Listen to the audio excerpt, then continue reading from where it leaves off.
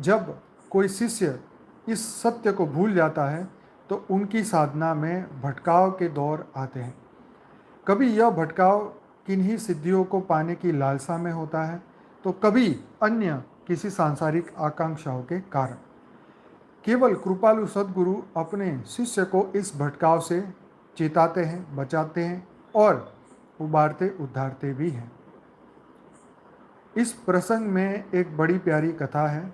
यह कथा true incident Bharat के एक संत व अनेक शिष्य के बारे में है। शिष्य भी पुरुषार्थी व योग्य था और अपने गुरु के प्रति भक्ति तो थी, किंतु साथ में उसमें कहीं सिद्धि और शक्ति की आकांक्षा भी छुपी थी, लालसा थी। तो ऑब्वियसली जब तक आपका ज्ञान परिपक्व नहीं होता और आप कोई भी गुरु या कोई भी आप साधना करते हैं परमात्मा को पाने की भी, तो आप बीच बीच में अपनी संकल्पों की शक्ति को टेस्टिंग करते रहते हैं कि भाई हम कहाँ तक पहुँचे हैं, कहाँ तक हमारी साधना पहुँची है, और गुरु की भी परीक्षा लेते रहते हैं कि भाई गुरु जी अभी कहाँ पे पहुँचे। तो ऐसी ही एक स्टोरी यहाँ पे हम चर्चा करने वाले हैं। एक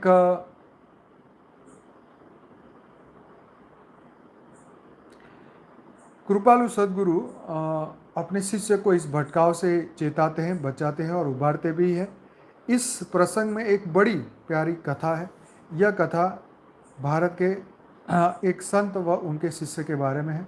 शिष्य भी पुरुषार्थी व योग्य था और अपने गुरु के प्रति भक्ति तो थी, परंतु साथ में उसमें रिद्धि और सिद्धि शक्ति की आकांक्षा भी छुपी थी, लालसा थी। एक बार वह एक स्वामी जी के साथ दक्षिण भारत की यात्रा कर रहे थे। बातों ही बातों में उन्होंने अपनी सिद्धि और शक्ति की चाहत के बारे में स्वामी जी को बताया। स्वामी जी ने उन्हें एक शक्तिशाली शिव मंत्र की दीक्षा दी और बताया कि इस मंत्र का जाप करने से वह अपार संपत्ति व शक्ति का स्वामी हो जाएगा। शिष्य को शक्ति लोभ तो था ही, सो वह लगातार कई हफ्ते तक मंत्र का जाप करते रहे। इस मंत्र जाप के प्रभाव से शरीर के बाहर होने व सूक्ष्म शरीर से भ्रमण करने की शक्ति मिल गई। क्या शिष्य को शक्ति लोभ तो था ही, तो वह लगातार कई हफ्तों तक मंत्र का जाप करता रहा। इस मंत्र के प्रभाव से शरीर के बाहर होने व सूक्ष्म शरीर से भ्रमण करने की शक्ति मिल गई, मतलब आउट ऑफ बॉडी और एस्ट्रल ट्रैवल करने की शक्ति मिली। बस फिर क्या था, शिष्य का कौतुकी मन जाग उठा और सूक्ष्म शरीर से निकलकर भ्रमण करने लगे। उसमें उन्हें आनंद आने लगा। इस क्रम में उनकी यात्रा अन्य सूक्ष्म लोकांतरों में भी होने लगी। देखो यहाँ पे ये बात यहाँ कहूँगा कि सूक्ष्म जगत में जब आत्माएं होती है, ये तो भाई एक स्थूल जगत की बात कही, एक शिष्य की बात कही है, तो यही बात सूक्ष्म जगत में भी ऐसा ही होता है। क्या जब आत्माएं निराकारी से आकारी रूप में बनती है तो वो एक गैलेक्सी से दूसरी गैलेक्सी से दूसरे यूनिवर्स, तो ये आत्माएं जो है उनका ट्रैवलिंग चलता रहता है। जैसे इस धरती लोक पे हमारे को यहाँ चैन नहीं है ना, इधर से उधर घूमते हैं कि भाई यहाँ जाएं वहाँ जाएं, इधर जाएं उधर जाएं, तो ऐसे ही ये सूक्ष्म जगत में भी आत्माएं ट्रैवलिंग करती है एक जगह से दूसरे ग्रह से दूसरे प्लैनेट से। यस, तो ये माया बड़ी सूक्ष्म है। ये बिल्कुल यहाँ पे सत्य है कि सूक्ष्म जगत में जो आत्मा के संस्कार बने हैं वो स्थूल जगत में भी उसके साथ आते हैं। तो देखिए, तो यहाँ पे शिष्य का मन जागृत उठा और सूक्ष्म शरीर से निकलकर भ्रमण करने लगे। इसमें उन्हें बड़ा आनंद आने लगा।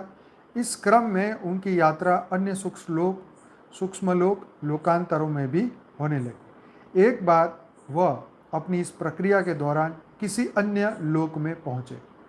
अब धरती लोक से ऊपर भूलोक, भूगोलोक, स्वलोक, जनलोक, तपलोक, ऊपर जो है ऊपर नीचे यात्रा चालू हो गई। यस, तो सूक्ष्म माया ज्ञान से दूर ले जाती है, ये बिल्कुल सत्य है। अब एक बार जब अपनी इस प्रक्रिया के दौरान किसी अन्य लोक में पहुँचे तो वहाँ सूक्ष्म दुनिया में उन्हें अपने सद्गुरु संत दिखाई दिए। वह शिष्य गुरु को अपने तख्त पर बैठे थे। क्या वह शिष्य गुरु को अपने तख्त पर बैठे हुए देखते थे और उनका अचानक इस तरह सूक्ष्म देश में देख वह शिष्य खुशी के मारे गुरु की ओर दौड़ पड़ा। शिष्य के आने पर गुरु जी ने एक थप्पड़ से उसका मुंह ढक लिया और 3 बार ऐसी फूंक मारी जैसे कि कोई मोमबत्ती बुझा रहे हो। क्या सूक्ष्म जगत में वो पहुंच गए, वहाँ पे उसको संत दिखाई दिए, वहाँ पे वो उनके पास पहुंच गए, उसको देख के वो खुश हो गए, मतलब शिष्य संत को देख के खुश हो गए, उनकी ओर दौड़ पड़े। शिष्य के अपने तो गुरु जी ने उस शिष्य के मुंह पे थप्पड़ लगाई, चमेट मारी और 3 बार फूंक मारने लगे। उनकी इस फूंक से शिष्य को महसूस हुआ कि जैसे हर एक फूंक के साथ उसका शरीर फूलता जा रहा है, मानो उसकी किसी आंतरिक नली में हवा भरी जा रही हो। तीसरी बार फूंक के बाद शिष्य ने स्वयं को अपने स्थूल शरीर में पाया और वह अपने उसी स्थान पर था जहाँ उसकी नियमित साधना हो रही थी। तो सीधा ऊपर के सूक्ष्म लोक से उसको धक्का मार के नीचे फेंक दिया और जहाँ पे वो उसका शरीर था वहाँ पे वो जाके वापिस पहुँच गया। लेकिन इस समूची प्रक्रिया में एक अचरज घटना हुई कि दक्षिण भारत की यात्रा में जिस स्वामी ने उन्हें जो मंत्र दिया था उसकी शक्ति समाप्त हो गई थी।